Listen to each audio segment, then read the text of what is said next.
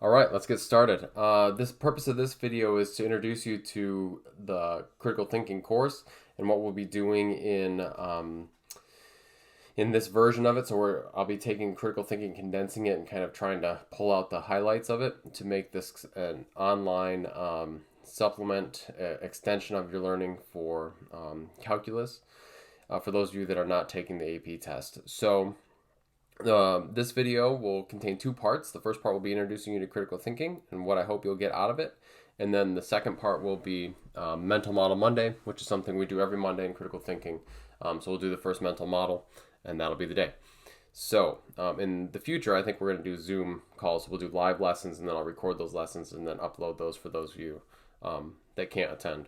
So what is critical thinking? So first, let me kind of explain to you what I think critical thinking is. It's succinctly here, it's the ability to take information and determine its validity and whether that information should change how you behave or operate in the world. It's the ability to avoid common fallacies, common mistakes in reasoning, and also figure out where our brain trips us up and gets in the way of us getting at the truth or a better understanding of the world. One extension of critical thinking is the ability to reason rationally and chain together coherent arguments, and also see when other people are not making coherent arguments and point that out. The ability to see structure and patterns in places where the structure isn't obvious. This is where mathematics comes into play. Sometimes just what you see out in the world, the information that you take in at first blush isn't the whole story. And so if you can see deeper patterns and structures in the world, you can understand the world better. You can make better decisions going forward. So let's keep going. We're not going to watch that video. This course is broken into 2 trimesters, and the first trimester is what is the only one that I've taught so far. It's broken into 3 parts: thinking clearly, reasoning, and seeing structure. And it's kind of a more traditional course. Critical Thinking 2 is designed to be more of a collaborative version of critical thinking, where we apply what we learned in Critical Thinking 1 to solving actual problems. But this will be a condensed version of Critical Thinking 1. I don't think we need to go through too much of this. That's more for the in-class version. Obviously, when we're online, things will be a little bit different. So here's what I hope you'll take away from this course. You should be able to make better decisions and not get duped, and not be and you should be able to argue more effectively at the end of it. I already mentioned this a little bit, but you should be able to understand the world, and the way it operates at a more fundamental level. You'll be able to have more respectful disagreements with people, and hopefully disagreements in which you both learn something from each other. You'll see structure in places where other people won't, and you'll have tools for discovering what is true about the world. That's my hope by the end of this. Now, there's a few different ways that you learn something, okay? And so I'll just take you kind of through the 3 big ones. Listening is the first one. So obviously, listening is important because it's how you take a lot of information in. And we're going to get into tomorrow more how to effectively listen in the most effective way, and in a way that lets the other person that you're listening to know that you're listening to them. So we'll talk about eye contact, reflecting, and that kind of thing. So talking is another way. So if you've ever, and this will lead into writing as well, but you've probably been in a situation where you thought you understood something, but then when you were asked to explain it to someone else, you realized you didn't have a great understanding. So talking is one way that we think. It's a really useful way to think as you think through problems. So while we're not in a live class as we go through this, do try, if there's someone at your house that you can talk through some of these ideas with them, and that will help you understand it better, and it'll also help you remember it better. Okay, and obviously this is easier in class.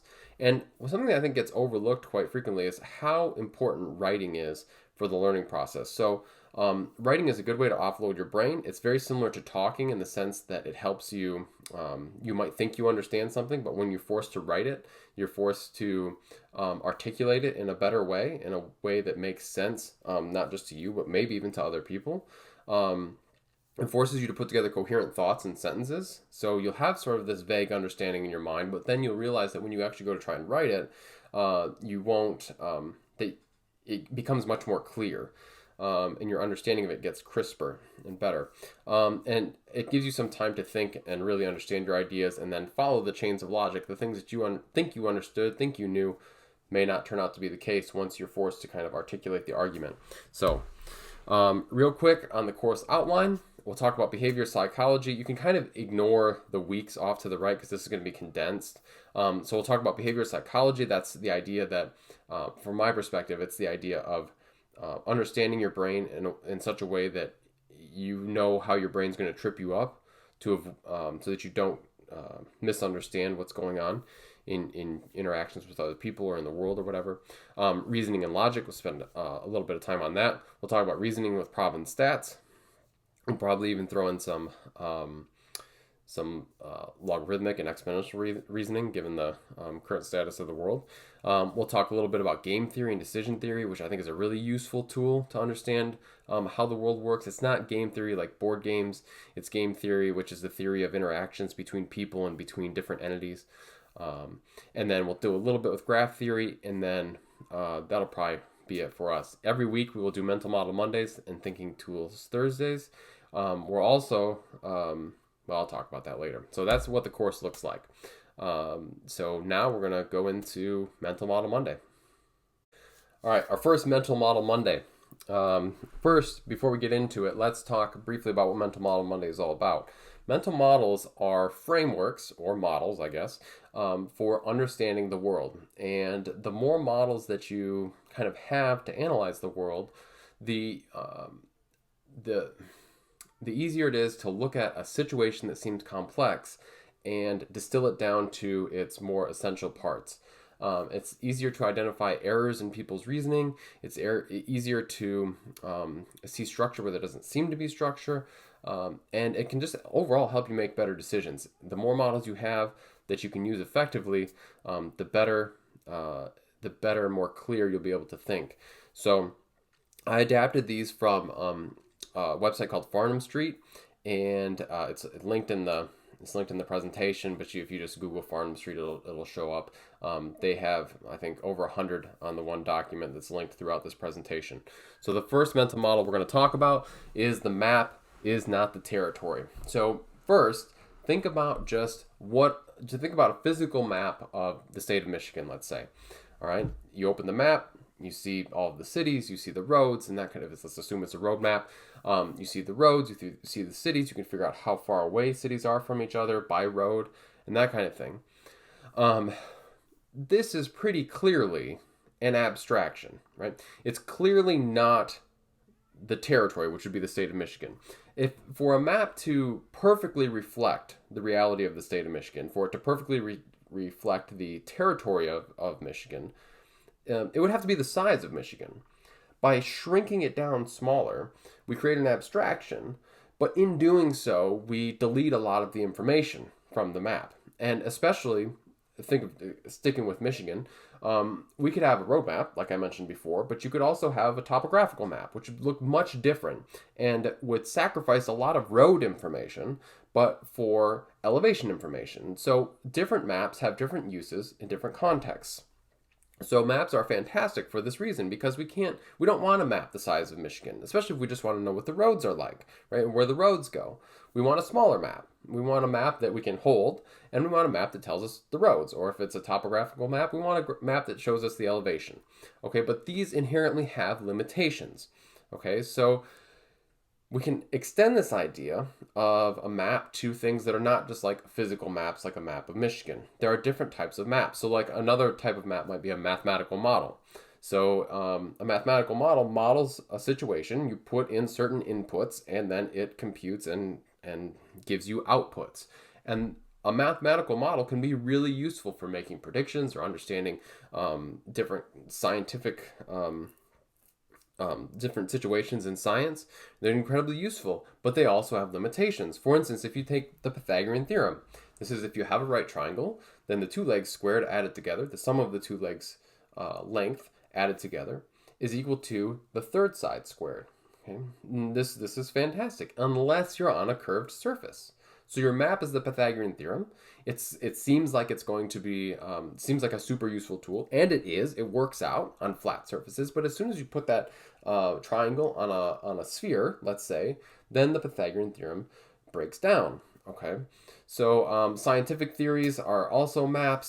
So like if you think of the theory of relativity, it's fantastic for when distances are large and the scales are very large, but when the scales are very small, the theory of general relativity breaks down and quantum mechanics becomes the map that you need for very small interactions between particles and that kind of thing. It could also be just a description of interactions or description of reality. I mean, so for instance, like predicting weather is a map, right? We can predict the weather out to a week to 10 days or so, but we can't predict it out to 6 months or a year. So our tools, our maps for predicting the weather have limitations.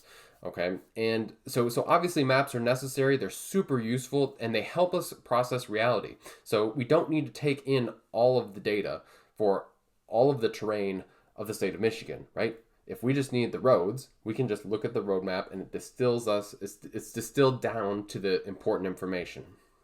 All right. The problem comes in when it's not just an obvious situation like a map of Michigan. So it's when we don't realize what the limits of our map are. We will find maps that we like and we will try to maximize their uses.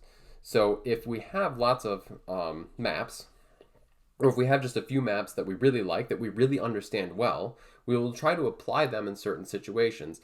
And sometimes we're going to fail, like the Pythagorean theorem as a simple example. If we try and apply that in a situation where maybe you're turning something on a lathe or something, maybe your distances are not going to work out right. So we have to have a diverse set of maps so that we can understand a diverse set of situations in reality. Okay. So here's some of the problems that you can run into with a map. And remember, we're thinking map in the general sense, not the just map of Michigan sense. Any kind of tool abstraction that's designed to help you understand more complex processes or more complex situations in the world, okay? So the map could be incorrect without us realizing it. This happens, I think, happens quite frequently in like sociology or anthropology or situations in which we're trying to model complex human interactions, okay? So we could have something wrong in our analysis and we might not know it, okay?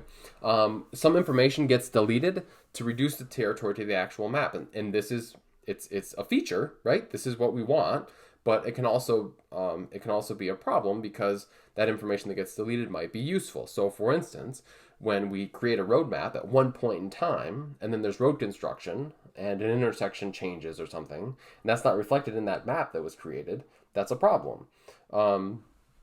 There's information there that we don't have, okay? A map requires interpretation. So a mathematical model, a sociological model, a scientific model, these all require interpretation. And because it requires interpretation, it opens up space for people to screw it up, right? To make a mistake in the interpretation of the model. It opens the door for bias, right? People that have certain axes to grind or certain slants in one direction or the other, they can interpret the model in certain ways that fit their narrative or fit the way that they're trying to skew the information. Think about this. Think about a model that's built on history. So lots of models are like this. To take it, just floods, for instance. So the history of floods in in whatever county you live in. Okay. You may have heard of things like a 100-year flood or a 50-year flood. Well, the worst flood in history like may not be the worst flood that will ever happen, right? So the worst case is built on the worst case is built on the worst case in history, and it's possible that the actual worst case situation is yet to come. Okay, so there's limitations in models and maps that are built on history. Not that they aren't useful, but just that we have to understand their limitations. And then this is a good concept to understand. The further the map gets from physical reality, the harder it gets to see its limitations. So if we think about like the mathematical map, right, the Pythagorean theorem, we say flat surface, right triangle. We put in all the what would you say, the definitions, at the beginning, at the outset, and we say, if we have these things, then the Pythagorean theorem is true. There's no way out of that. Right? That's a mathematical fact about the nature of the world given those definitions. Now, the further you get away from that abstract concept of the Pythagorean theorem, then you get to, let's say, scientific theory. So like the theory of relativity, it's a little bit further away from just those axioms or those definitions that we have in just pure mathematics. That map works very well in certain contexts, but not in others. But it's fantastic in the context for which it was designed, right?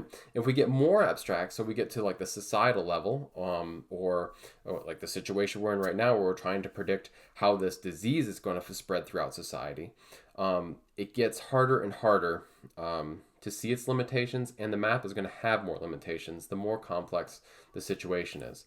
So you just want to keep that in mind as well when you're thinking about this. Okay. Wrap it up here. The first step to overcoming the problems is to recognize that a model has limitations, even some you may not be aware of. So think about, if you want to be able to kind of stand outside of yourself a little bit and understand, like, okay, I'm using this model to interpret the world, and I understand that it's going to have limitations. So I need to keep my eye out for those limitations, right? And this is the last, to kind of end this one. When the territory and the map differ, follow the territory. So if all of your experience is telling you that your map is wrong. Take the simple example. You're driving in a car and you have a map and the roads don't make sense compared to the map. Then you should follow the territory, right? I mean, you've got a bad map on your hands. So you should either find a different one, change it, or just follow the territory wherever you need to go. And this is also going to be metaphorical, right? So when the territory and the map differ, you want to follow the territory.